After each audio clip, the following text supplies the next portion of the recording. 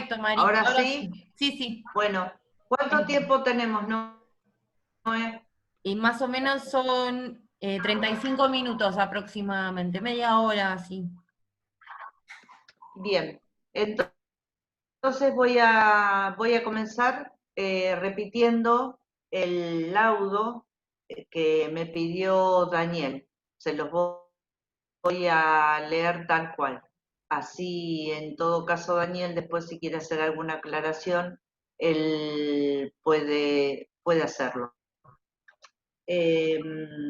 Bueno, primero el encabezado, como les dije, con todos los datos de mails, de WhatsApp, de, de, de celulares, los DNI, ya se presentaron las partes que sabemos que son fehacientemente las que están participando y participaron de ese laudo.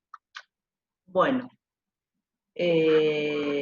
decidieron someter voluntariamente sus discrepancias a mi arbitraje, ratificando este compromiso arbitral, por el cual primero se designaron los siguientes roles, que son Daniel como árbitro titular, en mi caso como árbitro suplente, y el pasante, el señor Alberto Andrés Rodríguez Reveles.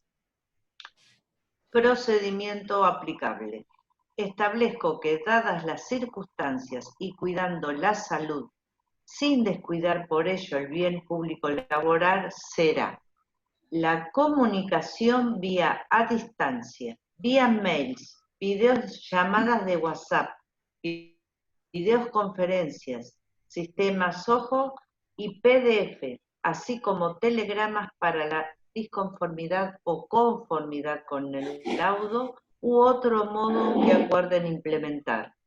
Las comunicaciones deben aparecer contemporánea la firma y o ratificación del documento del cual se trata, foto, video e imagen del DNI y del documento, sea fijo o de la pantalla del celular o de la computadora, debiendo ratificar por telegrama obrero o carta documento en la ocasión de consentir el laudo, en los casos de los demás participantes, del PDF firmado y de su matrícula o DNI, todo con cargo para reenviarlo. Las videoconferencias deberán ser con la parte y su abogado como reunión privada, así como una participación del apoderado de la parte y también entre el árbitro y los profesionales, sus asesores, así como eventualmente o a expreso requerimiento con la árbitra suplente y el pasante. Las partes y los letrados podrán comunicarse todas las veces que lo consideren necesario. La firma digitalizada por PDF o por SOO junto a la foto del acto de lectura y firma, cumplimentada por telegrama o carta documento u otro modo fehaciente respecto de recepción de los mails, participación en videoconferencias y todo acto virtualmente realizado significan ratificación. Las partes pueden solicitar la suspensión de los plazos.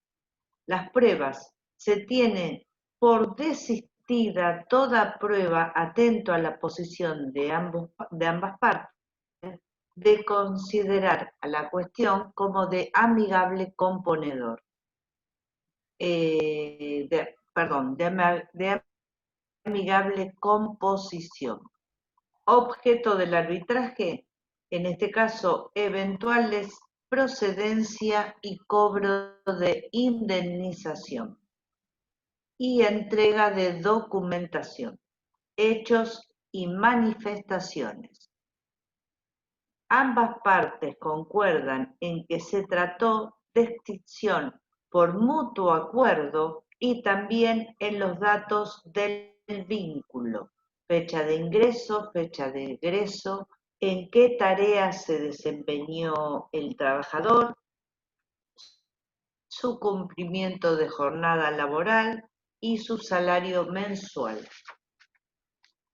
El árbitro puede, cuando lo cree oportuno, y aquí lo hago, dice Daniel, invitar a las partes y a sus letrados a procurar un acuerdo para su homologación, rechazo o adaptación en ocasión del dictado del laudo, que después te voy a pedir, Daniel, que expliques bien el tema de adaptación del laudo. Y luego los honorarios, tanto del árbitro como de los abogados que han participado. Así que, Daniel, te escuchamos para que nos aclares tu laudo. ¿Nos escuchás? Daniel, ya le solicité a María de los Ángeles Becchiarelli porque así es como aparece. Lo hice. Bueno, Ahí te está. cuento. Me tuve que cambiar de lugar, así que estoy como si fuera María de los Ángeles Becchiarelli. Y de paso, para que me vean la cara, voy a tomar, es un homenaje a George Floyd, me voy a arrodillar para que se me vea, y ese es el homenaje que se le hace a este líder asesinado arrodillándose arriba de él. Bueno, igual no alcanza, a ver si... Ahí está. Va. Me saco Te vemos. El tema es este. Las partes someten o pueden someter a un acuerdo y yo como árbitro puedo aceptarlo, puedo corregirlo o puedo tomarlo totalmente. Esa es la facultad de homologación, porque que yo pida que haga un acuerdo no significa que voy a aceptarlo. Siempre el árbitro decide qué se hace. Esa es la función del juez. Muy bien. En este caso no les cuento cómo sigue, pero van a ver. Lo que le pido a Mari es que siga leyendo, obviamente omitiendo las partes y los montos, cómo sigue el acuerdo que habrían hecho llegar y cómo se termina por las argumentaciones mías. O sea, seguir leyendo el laudo a partir de esta invitación. El laudo lo tengo solamente hasta ahí. Tengo el compromiso arbitral, no tengo más documentación en cuanto a este arbitraje especial. Bueno, eso suele pasar. Les cuento cómo tengo siguió. Sí. Claro, porque, discúlpame, entiendo que como ha sido totalmente confidencial, y yo en forma virtual no he aparecido porque precisamente era un árbitro suplente, vos hay parte de la documentación que no me la has enviado precisamente por el secreto profesional, la confidencialidad de ese laudo y de tu actuación. Así que te pido que lo expliques. Lo explico. La gente envió, yo suspendí el pronunciamiento, ¿cómo hacen los jueces públicos que antes de decirse, mire, habla con las partes y más o menos les da a entender por dónde puede ir la situación? Las partes en este caso mandaron los términos del acuerdo y los términos del acuerdo coincidían bastante con lo que yo podría haber decidido, porque no se violaba el orden público, se pagaba en un plazo breve, de hecho se pagaba al día siguiente de consentirse, al consentirse, por transferencia bancaria, etc. Pero había aspectos que en el acuerdo no estaban, efectos de incumplimiento, mora automática, y eso los puse yo. Entonces, cuando homologo, artículo primero, considerando fallo la primera parte de la resolución, resuelvo homologar el acuerdo que me han hecho llegar las partes. Y además pongo tales y cuales condiciones.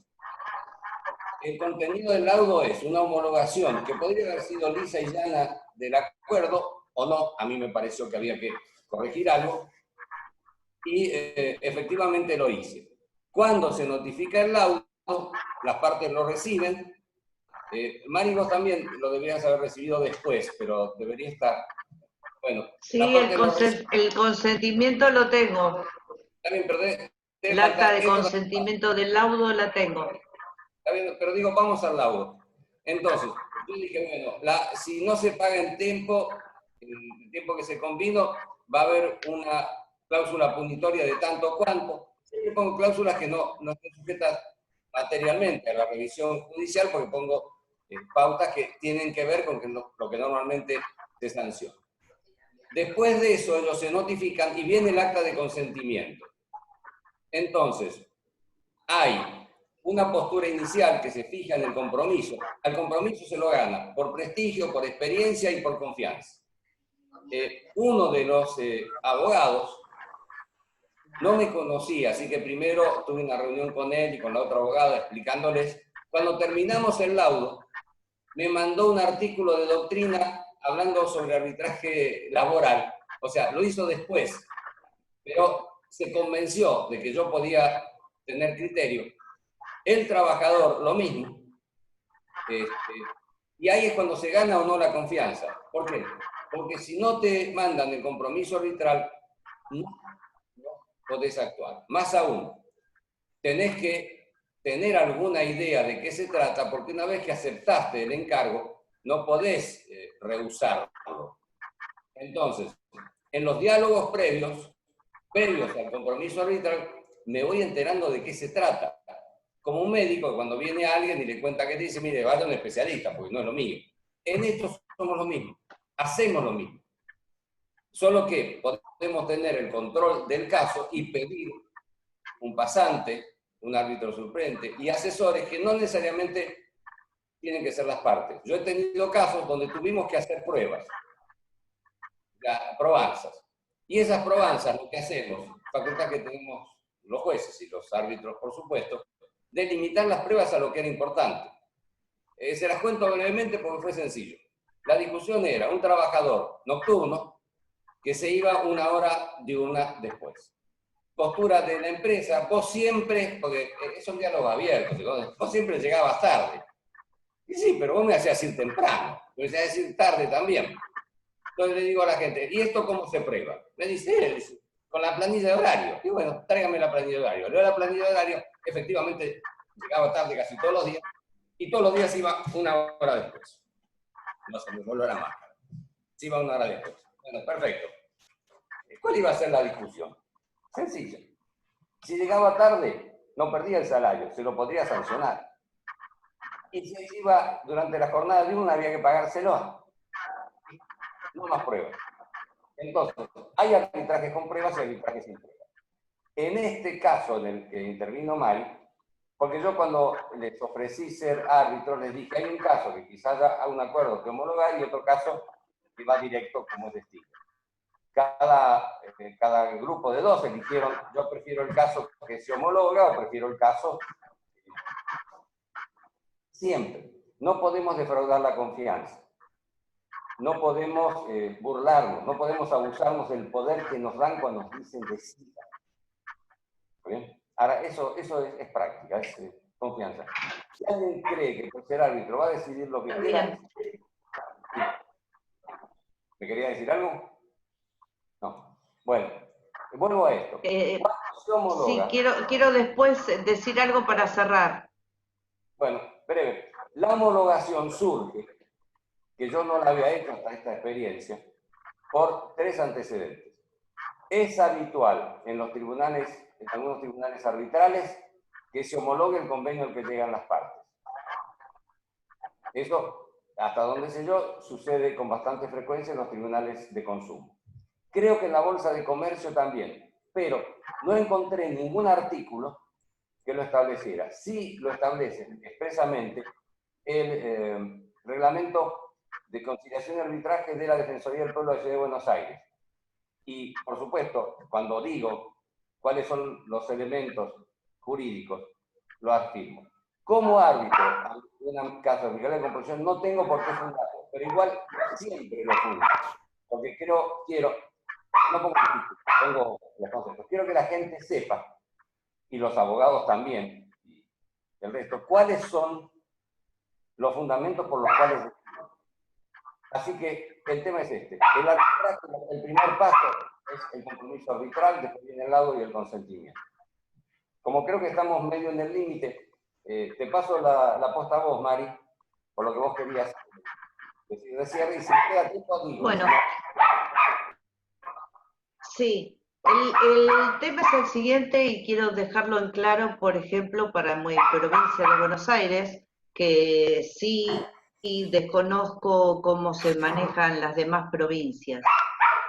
Nosotros, el Colproba, a través de la resolución, nos ha permitido en todos los colegios de abogados, que somos 18 departamentos judiciales, próximamente 19, la posibilidad de tener tribunales arbitrales. Y en eso tenemos que cumplir requisitos, que los invito a que lean la resolución que es de Colproba del año 2001, van a saber que se trabaja con un tribunal arbitral, que es la diferencia, y en él pueden presentarse materias, en este caso laboral no estamos recibiendo, porque todavía se está hablando si se va a crear o no una especie de CECLO en la provincia de Buenos Aires.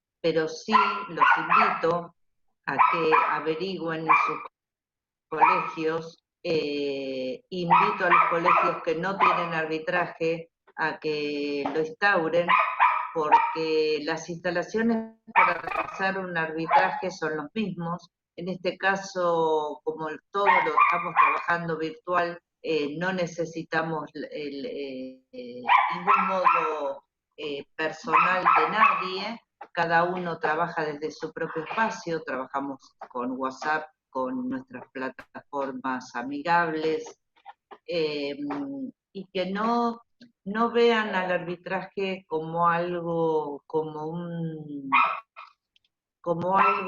totalmente inaceptable o desconocido, sino que se adentren en lo que es el arbitraje. ¿Por qué se los digo?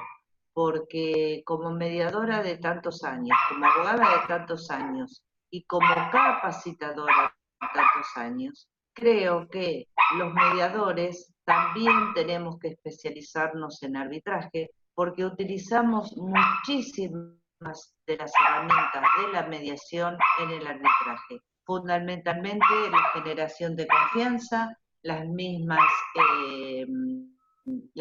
tecnologías. La única diferencia es fundamental, que nosotros somos facilitadores de acuerdos y el árbitro es un amigable componedor y da una sentencia privada para esas partes.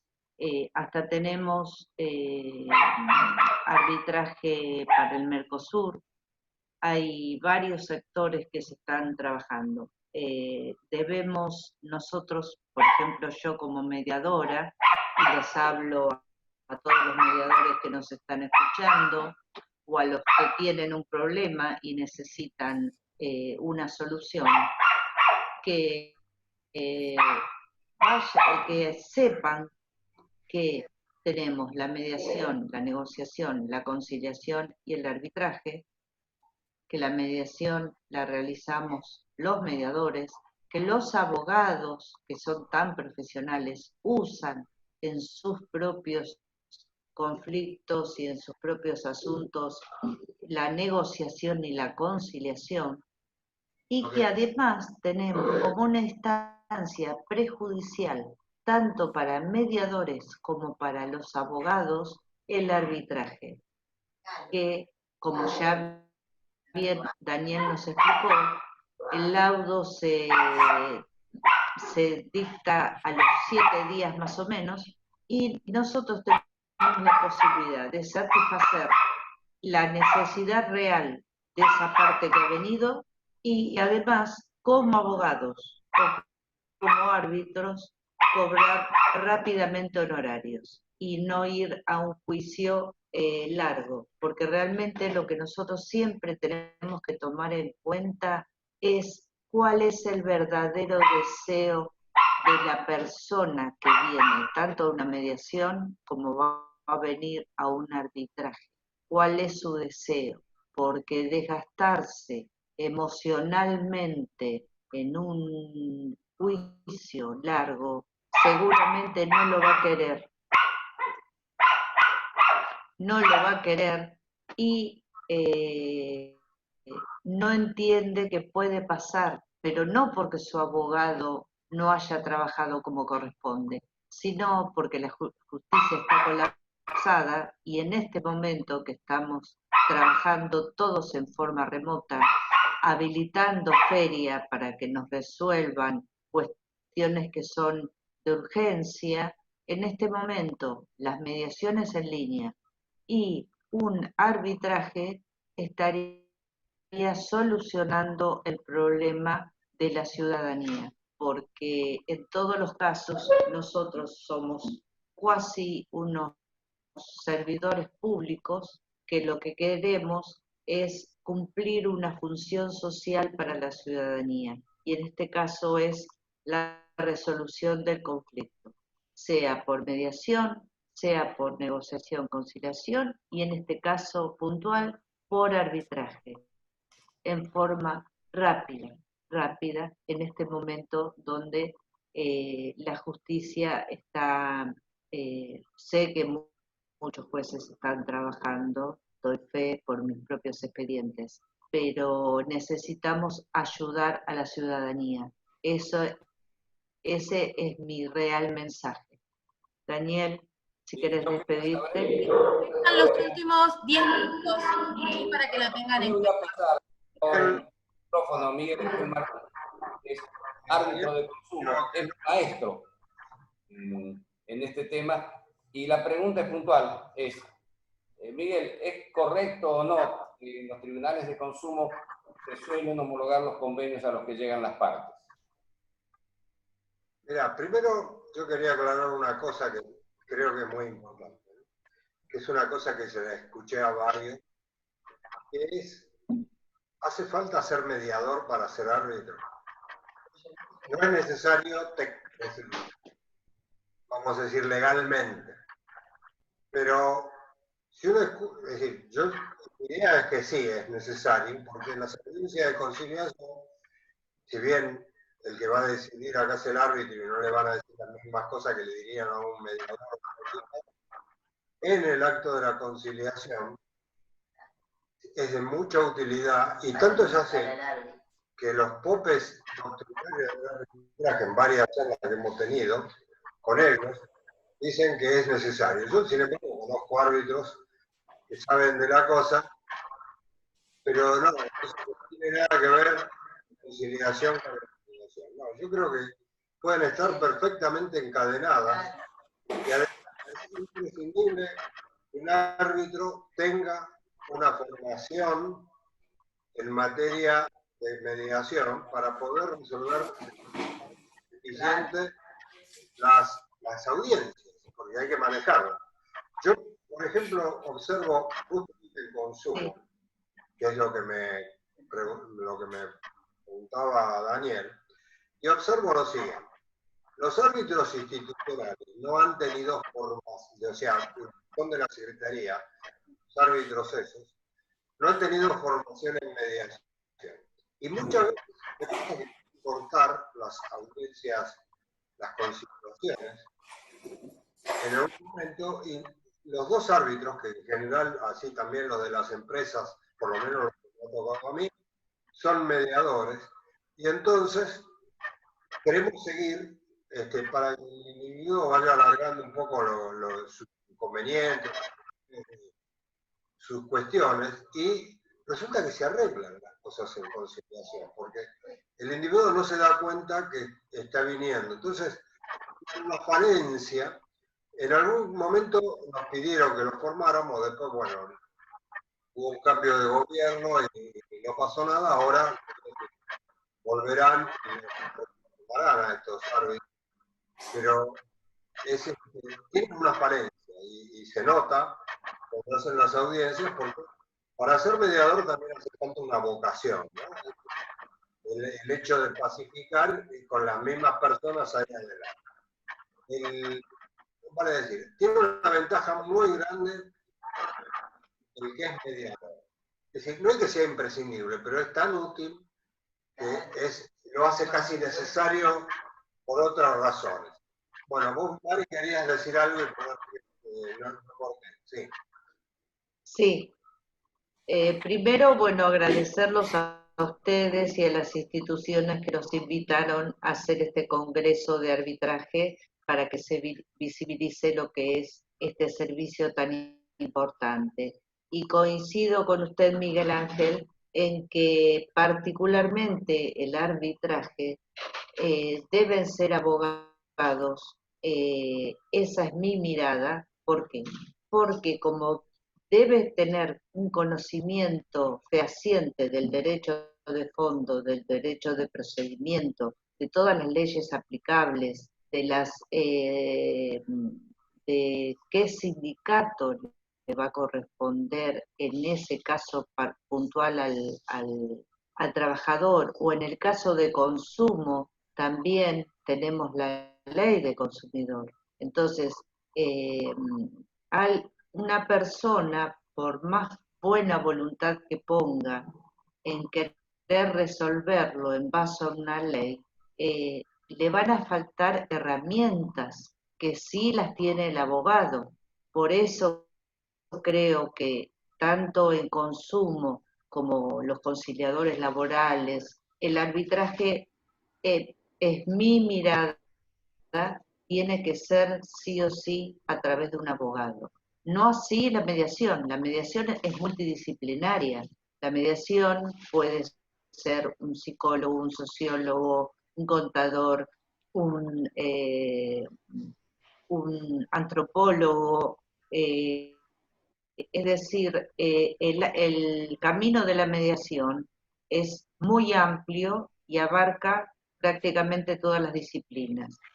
Sin embargo, el arbitraje es, y vuelvo a repetir, es mi mirada como abogada, tiene que ser sí o sí realizado por árbitros abogados, precisamente por el derecho de fondo y por todas las leyes y los decretos y cada sindicato en particular, cada empresa con la que vamos, porque la empresa que vayamos por derecho al consumidor, va a venir el abogado. Entonces, si no, va a haber un desequilibrio de poder, entre el consumidor que está solicitando esa audiencia por un problema que tuvo con un producto o un servicio, con el abogado de la empresa que viene, que es abogado y conoce el derecho, entonces no se va a poder trabajar porque hay asimetría de poder en el conocimiento. ¿Qué opina usted? Quiero explicar esto. Restan 4 minutos 17, ténganlo en cuenta si pueden despedirse, ¿sí? Yo voy a cerrar. Yo no hablo más nada. No, está bien, pero espere, el tema es este. Primero, La señora que estaba con Miguel Ángel quería hacer una aclaración. Dale la palabra, Noelia, por María favor. de los Ángeles, sí. es María de los Ángeles. Estoy acá con Martín. ¿Me escuchan? Se escucha perfecto. Sí, te escuchamos. Bueno, el tema es que depende la tipología, depende el caso que uno tenga que trabajar. El arbitraje de consumo es interdisciplinario. Yo he trabajado en el tema de los arbitrajes educativos, que ayer lo conté en mi exposición, no sé si estuviste. Así que hay muchos temas, inclusive en la mediación, que soy la creadora de la mediación penitenciaria, el doctor Fabiano, la parte social, la mediación social penitenciaria, también quiso trabajar el arbitraje penitenciario. Mis profesiones son la sociología y la psicología. Y hace mucho tiempo que me ocupo de esto. Depende la materia, los casos, pero sí ha puesto la interdisciplina como manifestó el doctor Igor Milkov. Estoy trabajando también en la Defensoría del Pueblo. Lo importante es sí que haya una formación, una profesora de clase, estamos también con lo del desarrollador, también prepararse, como vos decís, Mari. Yo particularmente, y hay muchos, apostamos a la interdisciplina. No, yo quiero pero yo estoy totalmente convencido que el arbitraje puede hacer cualquier individuo que esté preparado para ser árbitro, independientemente de quién sea. Porque la esencia del arbitraje no es la ley. La ley es una cosa que es adicional al arbitraje.